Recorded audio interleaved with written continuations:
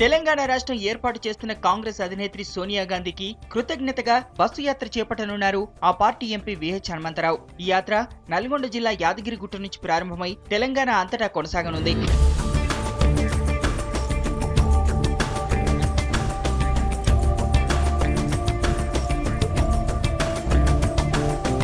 ఎన్టీఆర్ హయాంలో రాజీవ్ గాంధీ తనకు గిఫ్ట్ గా ఇచ్చిన బస్సును రిపేర్ చేయించారు విహెచ్. బస్సు టూర్ కు రాష్ట్ర వ్యవహారాల ఇన్ఛార్జ్ దిగ్విజయ్ సింగ్ నుంచి స్పెషల్ పర్మిషన్ తెచ్చుకున్నారు. ముందుగా నల్గొండ జిల్లాలో 3 రోజుల పాటు యాత్ర చేసి పార్లమెంట్ సమావేశాల అనంతరం టూర్ ను కంటిన్యూ చేయనున్నారు. తెలంగాణ రాష్ట్రం ఇచ్చిన ఘనత సోనియాదే అంటున్నారు విహెచ్. సోనియా గాంధీ తెలంగాణ ఇచ్చింది కాబట్టి ఆ క్రెడిట్ సోనియా గాంధీకే పోవాలి, కాంగ్రెస్ పార్టీకే పోవాలనేది నా ముఖ్య ఉద్దేశం. ఈ రథం కూడా రాజీవ్ గాంధీ ఇప్పించారు ఆ రోజులలో.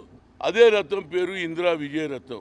ఇవాళ సోనియా గాంధీ పేరు మీద, సోనియా గాంధీకి ఏదైతే తెలంగాణ ఇచ్చిందో దాని పేరు మీద సోనియా గాంధీ మా తెలంగాణ ప్రజలకు ఆకాంక్షను పూర్తి చేసింది కాబట్టి గ్రామాల్లో తిరుగుతూ సోనియా గాంధీకి థ్యాంక్స్ చెప్తూ ఈ ఇందిరా విజయ రథం రేపటి నుంచి బయలుదేరుతుంది. విహెచ్ బస్సు టూర్ లో మరో టార్గెట్ దాగుంది. అమ్మ జపంతో పాటు కాంగ్రెస్ పథకాలకు విస్తృత ప్రచారం చేసి 2014 ఎన్నికల్లో కాంగ్రెస్ ను తిరిగి అధికారంలోకి తేవడం.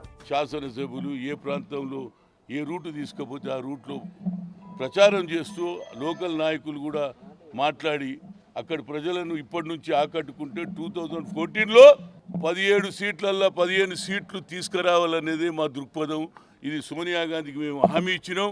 ఆ హామీ నిలబెట్టుకోవడానికే ఈ ఇందిరా విజయరథం బయలుదేరుతుందనేది పత్రిక ద్వారా మీడియా ద్వారా ప్రజలకు తెలపాలన్నది నా ఉద్దేశం.